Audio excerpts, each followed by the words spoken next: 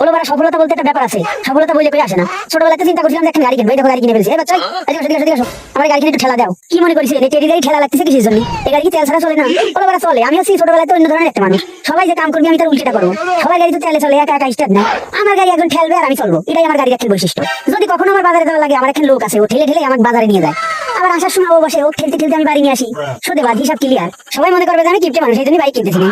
বলো আমার কাছে টাকা নেই, নাকি কবে এখন বাইক কিনে ফেলতাম। বলো আজ হোক কাল হোক এখন বাইক কিনবো না, যেদিন বাইক পানিতে চলবি। এই লোকটা বুদ্ধিমান। সাইনবোর্ডের মধ্যে কি লেখা রয়েছে? খালি পেটে উনার মাথায় কোনো বুদ্ধি আসে না। ভাই এত সমোসা খাও, তারপরে তোমার পেট খালি থাকে কেমনে? বিশ্বাস করো আমি তোমার জন্য কিছু আনতে পারিনি। একটা জিনিস আমার মাথায় কিছুতেই আসতেছে না। তুমিও টাক, গোপাল বিটাটাও টাক, গোপালের ভুড়ি আছে, তোমারও ভুড়ি আছে, তার মাথায় এত বুদ্ধি, তোমার মাথায় সাইকেবলা কিচ্ছু নেই। পারো তো খালি সমোসা খাতি, কত খাইয়ে কিচ্ছু হবে না। বুঝতে পারছো? কবে জানি ঠাস করে ভুড়ি ফাইটে মরে যাবা। আমার তো মায়ের দিদি মন চাচ্ছে পাতলু রে, এনে দাঁড়া দাঁড়া আইডিয়া খুঁজতেছো তাই না? এদিক মোটু বিটাটা সাইনবোর্ডে লিখে রাখিছে যে আমার খিদে লাগছে, কেউ আমার সমোসা দাও। তা দিদি ভাবতেছে না আইডিয়া করলে হবি, কোনো আইডিয়া কাজ হবি না। বুঝতে পারিস? বন্ধুত্ব করতে হলে আমার মতো করবা। কিছুদিন আগে আমি আর আমার বন্ধু পাহাড়ে উঠতেছিলাম, পরে দেখি যে দড়ি ছিঁড়া ছিঁড়া ভাব হয়ে গেছে, পরে লাঠি দিয়ে বন্ধু যেটা ছিল ওটা ফালাই দিই, নাহলে তো বাঁচতে পারতাম না। নিজে বাঁচলি বাপের না। তুই তাড়াতাড়ি যা, মোটুর জন্য যেভাবে পারিস জোগাড় করে। কি বলে এটা? সমোসা জোগাড় করে দে ভাই। এই তোর কার্টুন মাটুনের ব্যাপারটা বুঝি নে। তুই টাক, তোর বন্ধু মোটু টাক, গোপাল ভাট টাক, আমি টেডি টাক।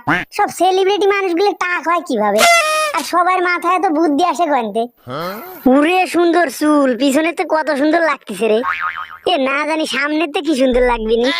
এ বেবি, এ তুমি কি আমাকে বিবাহ করবা? উরে সুন্দর চোখ, কপালে তোমার টিভি লাগাইছে, দারুণ। আমি কিন্তু তোমার প্রেমে পড়ে। আরে রে, এটা কি আপনার মেয়ে খালা? আসলে আমি তখন আপনারা খেয়াল করিনি, বুঝতে পারছেন? এত সুন্দর মেয়ে আপনার, আমি তারে প্রপোজ করা বাদ দিয়ে আপনারে প্রপোজ করছি। আসলে জিনিসটা আমারই ভুল। এই বেবি, তুমি একটু চালাক শুধু হতে পারো না? তোমার মা তো তোমার খাটায় মারতেছে, সে ঠিকই আরামে বসে বসে চাল খালি নাড়াচাড়া দিচ্ছে। আর এই রিমারটা ডেকি তোমার উঠোচ্ছে আর নাম আসছে, এগুলো করা যাবে। একটু চালাক হয়, নাহলে কিন্তু পৃথিবীতে বাসা মুশকিল। বুঝতে পারিছো? তুমি এটা রাহো রাখো যে আম্মু তুমি এনে পারাও, আমি যাই ওইটা নাড়াচাড়া করতেছি। এই আমার কোনো পাত্তাই দিল না। এই সাথে সালিশ করবার এসে ভুল হয়েছে।